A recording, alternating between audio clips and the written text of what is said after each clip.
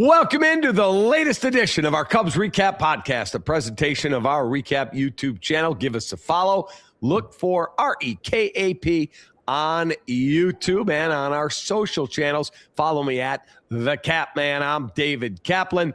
Gordon Wittenmeyer's at the Baseball Winter Meetings in sunny, beautiful Orlando, Florida. We'll get into all the activities down there.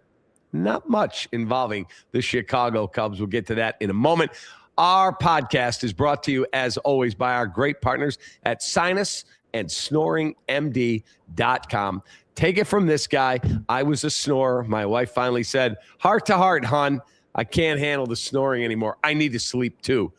I went to Sinus and Snoring MD. We have a family friend. His daughter works there. Guess what? In and out, same day.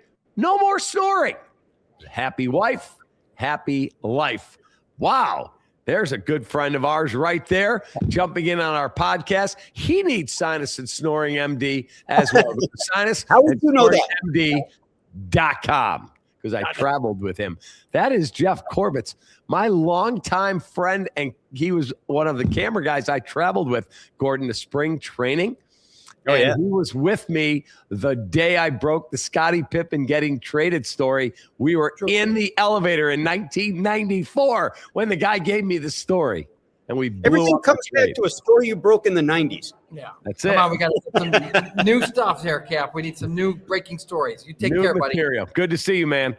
All right, back to our podcast already underway. Gordon, you're down there, my friend, and your friend Jesse Rogers is down there. It's like the center of the baseball universe, and the Cubs have done exactly nothing. Let me tell you how long this week's already been. Look at it. Look at it. See the bags under my eyes?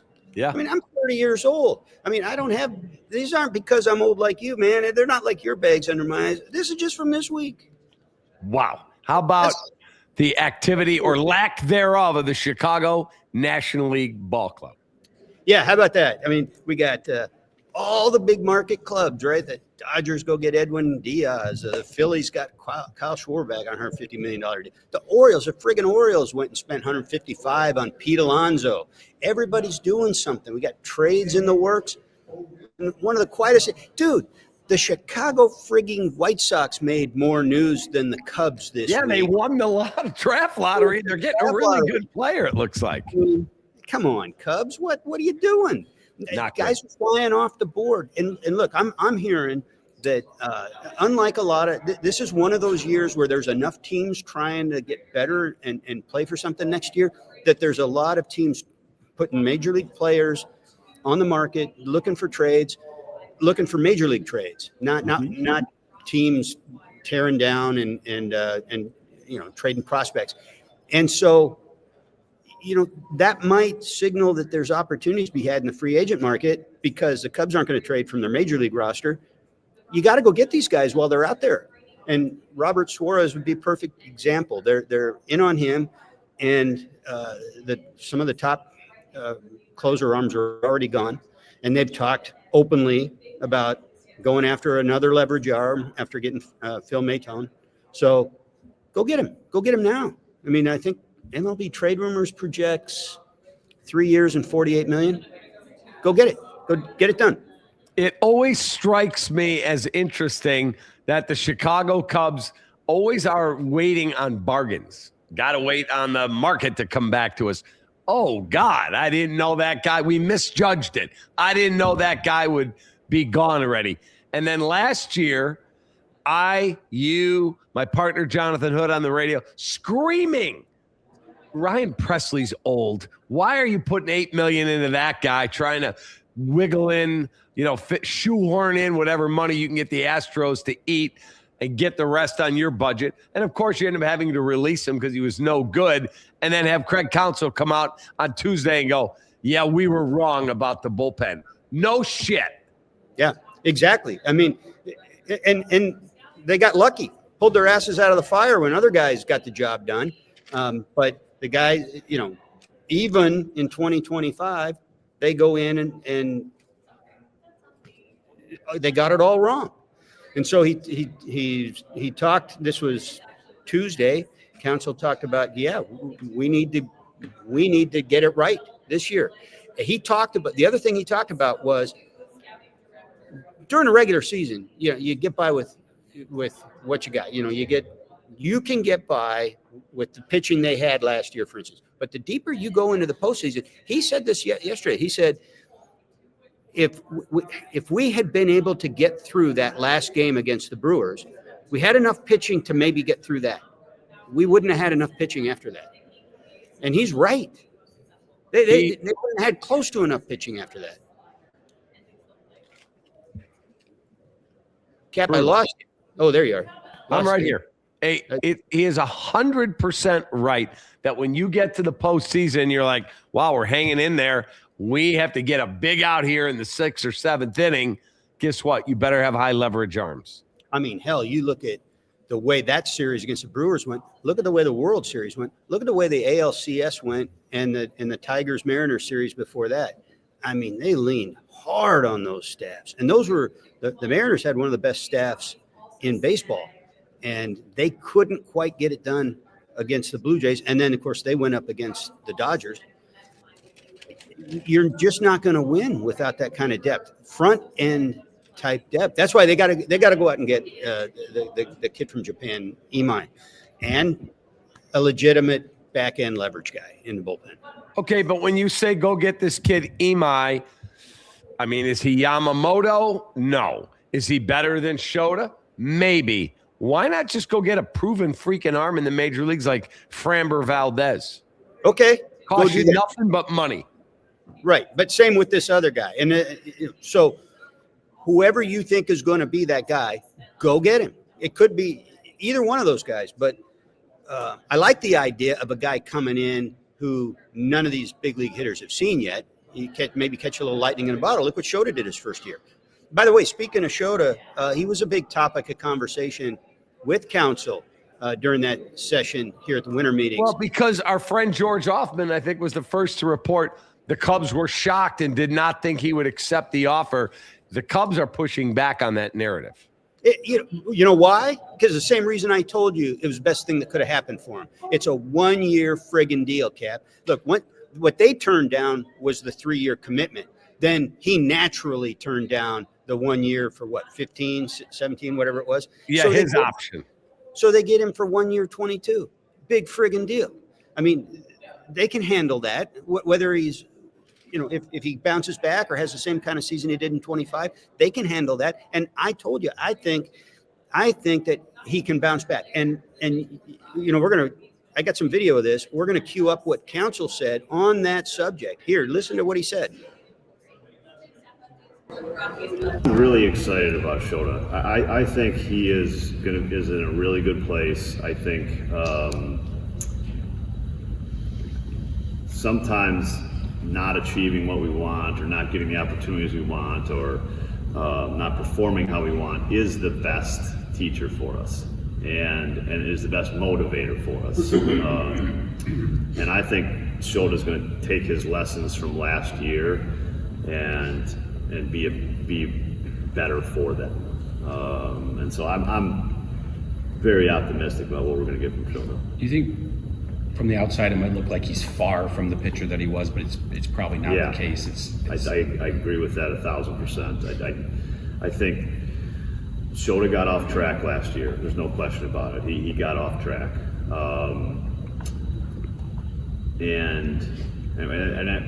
But maybe one of the reasons we were collectively unable to help him get back on track is that it was so close that it was hard to see. And I think sometimes just a step back and you're out of competition and a little perspective helps you get back to that place and a challenge, frankly, right? And the challenge of the struggles helps you have a little clarity on getting back to your best self. And maybe a better self. And so someone who the diligence and the intelligence that he approaches pitching and problems around pitching, I think he's going to come back from this with a lot of success. Now, before we talk about that, Cap, we have one more short clip. Somebody followed up real quick and asked him what got him off track. So let's hear that too. That's a shorter clip. Okay. Well, because up until September, he was Yeah. being how good. Yeah, I think sometimes the injury got him off track, and sometimes I think we had a period of some results covered up some things, but I think they were there, and then they kind of showed themselves. One more on that. So this is what I theorized, and now he's saying he got done talking. I looked over at Jesse Rogers, who was sitting next to me, and I said, "Didn't I just tell you this an hour ago? Isn't this what I was just saying an hour ago?" You missed the spot in the middle of your back, Gordon, patting yourself. Yeah, well, I'll use the other hand this time. So, Yeah, so are you starting to come around to maybe thinking like that? no, not until I see him perform. Do you think that he should? Do you have any? Do you not expect him to be a productive part, a constructive part, somebody who gives you at least some decent innings through the years, middle of the rotation guy? I guess he could be okay. All I'm telling you is I like strikeout guys. He's not a strikeout guy. He's a 91, 92. I want guys that high leverage, that dude gets swing and miss. He doesn't do that. I want guys that get outs, and you've got one of the best middle infields in the game. You got one of the best overall defenses in the game. I think you can handle guys that put the ball in play, as long as they're not giving up 110-mile-an-hour shots. Okay, then they better, and you better be right, or you wasted $22 million, and more importantly, the opportunity to go out and spend to get a better arm. Well, that part you're speaking my language. They need to. Why you haven't gone out and done more already? Why you didn't do more at the trade deadline? Why you didn't do more last winter? All these things are legitimate questions, and now we've got 2 months before they open camp, and you'd like to see more there. So you've got the resources. Do it. By the way, I'll say one more thing, and I want to follow up on Shota again too. But you and I talked about this when we were talking about the CBA and how, with the negotiations coming up and one more year left on this CBA, how teams with resources might have an opportunity here in front of them to maybe load up ahead of that. Because if they change the rules dramatically, and you have a clear advantage under these rules, use it. Like, maybe use this last opportunity you have to load up under these rules with less limits, and then go into next year. If there's more limits, you're not going to get penalized. Nobody's getting penalized for playing under the rules now as they go forward. And I just saw The Athletic do a story on that, talking to some people in relation to the Dodgers, and they're the classic example, obviously. But you just saw the Orioles too spend $155 million on a hitter when they missed out on Schwarber and went out and got Pete Alonso. So I think there's some wisdom there if you've got the financial flexibility and or just sheer resources that a team like the Cubs would have to go do something like that. So it makes it, in my mind, even more egregious. And in the meantime, you're looking at Shota and saying, $22 million, is that a waste of money? And how's that going to impact the payroll? It shouldn't impact it at all. This, again, is our Cubs Recap Podcast, and it's brought to you by our great partners at Sinus and Snoring MD, sinusandSnoringMD.com. Don't let allergies ruin your fun. Get relief today. Breathe clearly, sleep better, stop the snoring, start the sleeping, clear your sinuses, and enjoy the crisp winter air. SinusandSnoringMD.com. I want to go back to something that you said. You were talking about. We got one more. We do have one more Shota clip. Okay, play that first, and I'm going to ask you about but it. I was going to ask you, before we play that clip, we talked about what we saw of him, the way he pitched. I also talked about the injury. and your faith in him. You've been critical, like they couldn't even pitch him in the playoffs, right? They skipped him in the playoffs. Yeah. So, in the biggest game of the year, Game 5.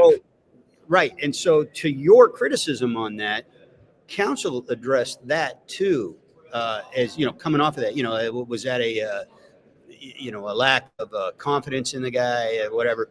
And how does that impact him coming out of last season? So listen to what he says here about that in relation to this. Interview, like considering how it ended with him and skipping him in Game 5 and things. No, I mean, I think just that. I mean, I think it's, Shota is looking forward to how I'm going to be better. Like that's why, then that's why you're optimistic too. It's look, what's next? I think that's Shota's mindset is what's next. How am I going to get better? How am I going to get, put myself in a place that I should be? So,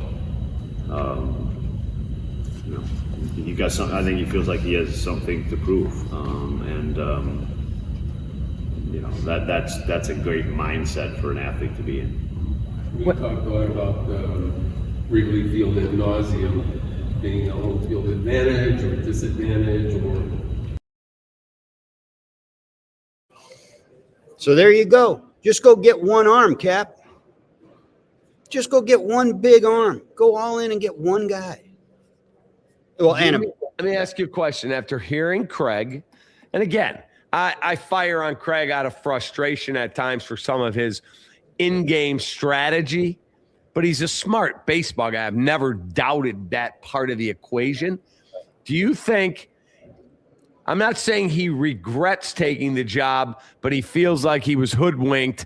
Well, you come to the Cubs, you're going to have all these resources, and yet he can't beat the Brewers 2 straight years. How can he not feel that way? I mean, if you spent all that time with the Brewers, sitting in those rooms, knowing your resources were as limited as they were there, and you were constantly relying on unproven guys coming up through the system, trying to make the best of that situation. And then as soon as they prove themselves, whether it's, Corbin Burns winning a Cy Young or whatever, and then being shipped out, and you're watching the Cubs over there with as much money as they want, and all of a sudden the Cubs come after you, and they give you more money than any manager's ever been paid in history. Mm-hmm. What are you going to think? You're going to think, holy crap, I just went to I'm going to the top of the division and staying there. And all of a sudden, it's Milwaukee 2.0 for him. I don't know how you cannot think that. I totally agree. My other question is, did you have a chance to interact with our friend Scott Boras? Yeah, there was a massive Boras scrum. Talked to some of his people about some of my guys in Cincinnati, and he dropped. Let's see. I'm trying to think of who he's got. I don't know that some of the Chicago. Yeah, Dylan Cease. Our Chicago cohorts talked about some of his clients in relation to the Cubs, but after Cease, I don't know. I read a quote from him where he said Dylan wanted to be a Blue Jay, and he told me, get a deal done if you can with the Blue Jays. Our friend Michael Cerami from Bleacher Nation has reported that the Cubs were at $200 million, and once it went north of that, they were out. And they do not do deferrals. For whatever reason, they don't do deferrals.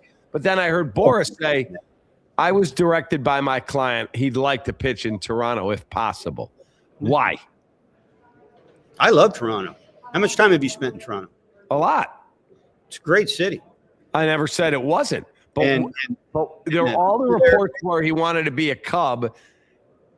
It was at 210. You're telling me if he told Jed I want to come, Jed couldn't have come up with $10 million more. Tell you what, Cap, if you watch that World Series, I watched that World Series. I don't know how you can come away from that and not think, what a great environment to play in. And if they're serious about ramping up off of that, which they've shown that they are, then you have to feel pretty good about going there. It's the fan base is electric. You're an entire country's team, and they're really friggin' good right now. He knows the Cubs organization. That's where he started. He knows Chicago because he spent so much time with the White Sox after that trade for for your boy Quintana. And My boy. Yeah. And so he knows the difference. He knows what he's saying when he says that. And if it was Cubs versus Blue Jays and he said, I want to play for the Blue Jays, as much as anything, that tells me that he says, I got more faith in what they tell me they're going to try to do. And their ownership is putting it on the line.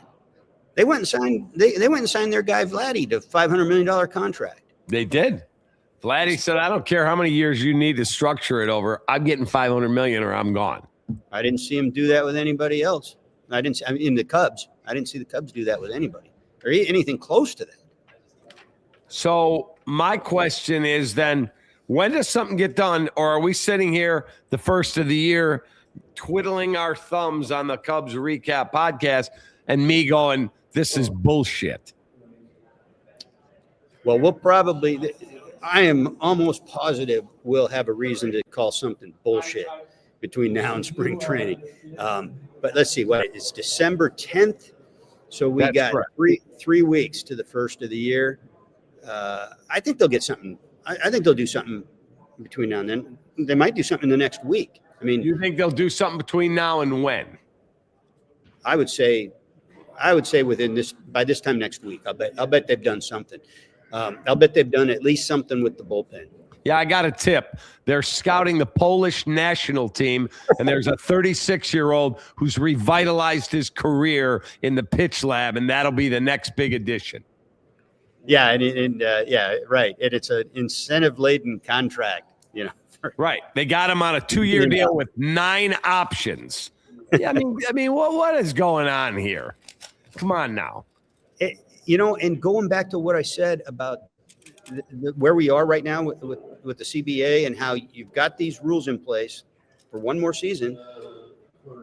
God damn it. If you're ever going to do it now. Plus, you're coming off the best season you've had in years.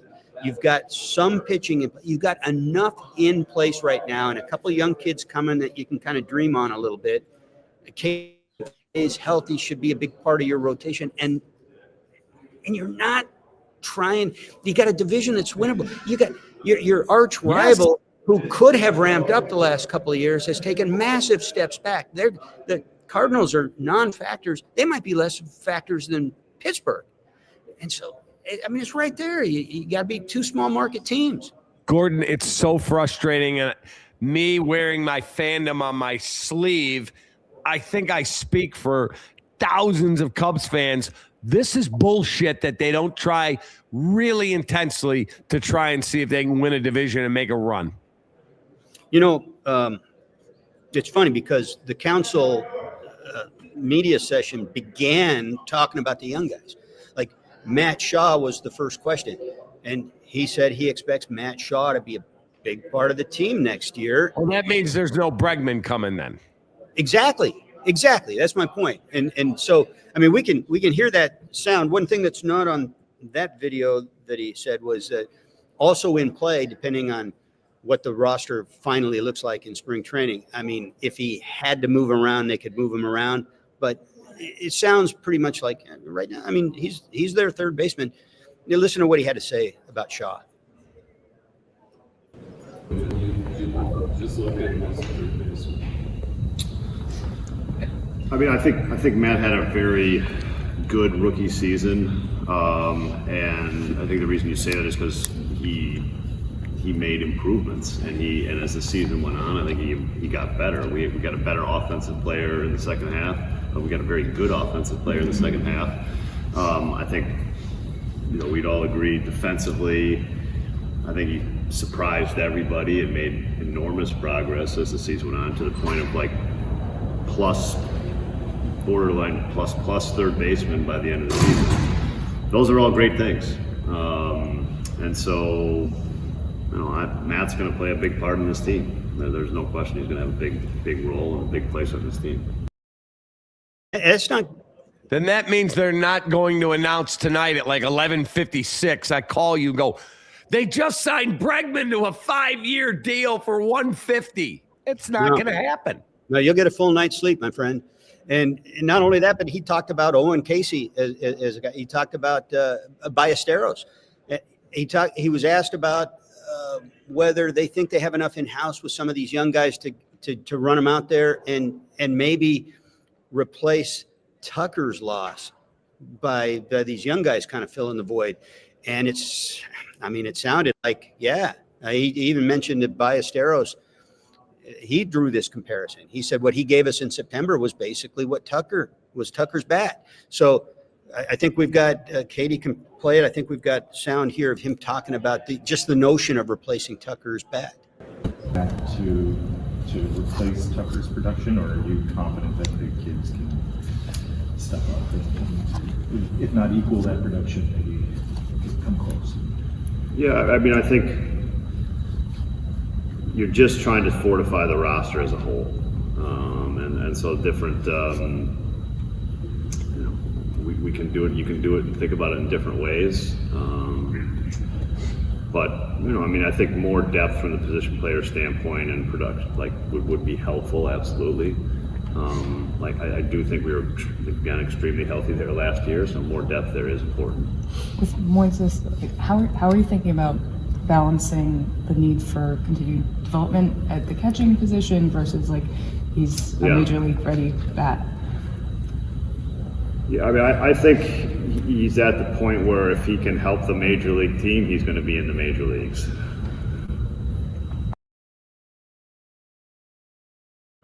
Yeah, it wasn't all of what he said on that subject, but forget it, man. It's all about pitching, because I don't think they're going to add anything significant to that lineup. I also read today that the Dodgers are engaged on Kyle Tucker, but they will only go short term, 3 to 4 years. That's it. And that they are finding, this is the Tucker camp, there are multiple teams pushing back. I don't want to be locked into that guy for that many years. Now, it only takes one. There could be one GM goes, I'll give you 8 years. But they said they're finding multiple teams going too vanilla. It's just there's not enough fire there. To get that type of payday, you got to be a ass kicker. Yeah, I was talking to some people here about him too, and getting the same kind of vibe. You get the same kind of feedback. A good comparison is, so he's a lefty bat that also brings you a glove, right? So, he's a plus glove, plus lefty bat. But you don't get, Kyle Schwarber gives you the presence in the room. He's been in the playoffs 10 of his 11 seasons in the big leagues. He hasn't finished on a team with a losing record. You know the character of the guy, and you have to fear him in the lineup. He brings you more that you can bank on. He brings you more that you will pay for, because he's a force multiplier. And in the case of the Cincinnati Reds were in on him, and the reason that they thought they could get serious and raise the ante on what they ordinarily spend for a guy, they made the biggest free agent offer they've ever made to anybody to try to get him. And the reason is because they could uniquely capitalize on him. Sort of a very, very, very poor man's Shohei Ohtani in that market. But he's the kind of guy that, even in Philly, his adopted home, they love him. And the fans, people gravitate toward him just by watching him play, just watching the way he plays, the way he conducts himself, the way he conducts an interview. Fans love him. Front offices love him. Managers and teammates love him. And it's not that Tucker's not a bad guy. It's nothing like that. But he doesn't bring that. There's not that extra X factor that you get a really nice player, but do you get the force multiplier? Do you get the guy that's going to do all this other stuff for you? I'm not even sure you get a guy that's like he's not. It's just not the way he's built. He's not the face of a franchise type guy. So you're not going to pay so you're not going to pay face of the franchise dollars. All right, before I let you go, for Cubs fans out there, I feel your pain. We are all in this together, and to this point in time, it's ridiculous that they don't get much done. Very frustrating. You know the best thing that happened to the Cubs this week at the winter meetings? Tell me. That Schwarber signed with Philly.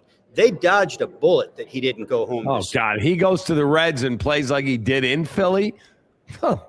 I talked to Dusty Baker yesterday, and I said, what about Kyle Schwarber and the Reds trying to get him? He said, oh, God, he might hit 72 a year in that ballpark. He would have crushed it. I mean, you talk about, and plus a guy that would be motivated coming back to that division, facing the Cubs 4 series a year, and that being the one competitive piece that team was missing last year, to go from an 83 win squeaker of a playoff team to maybe a 93 win division champ threat. Gordo, go get yourself some popcorn, go to a couple of Disney rides, and have a good time before you leave. I'm not going anywhere near that effing mouse, man. Why? I hate the mouse. Okay, how about going maybe on Tower of Terror? Nah, how about going home? I'm going to go home. Just enjoy a little sunshine. No, I'm going home. Wow. Go play in the snow. Have fun. It's going to be 25 below wind chill on Sunday. I'll come home later. I'll come home next week. Yeah, exactly. All right, Gordon. Thanks, man. All right, take care. See ya. There he is. That's the great Gordon Wittenmeyer. That's our Cubs recap podcast from the winter meetings where the Cubs have done absolutely nothing. And that's disgusting. So all brought to you by our great partners at Sinus and SnoringMD.com. You snore like I did. You've got sinus issues, allergies. That's your spot. Sinus and SnoringMD.com. I'm living proof. They're the best. For Gordon, for Katie Langen, I'm Cap. Take that.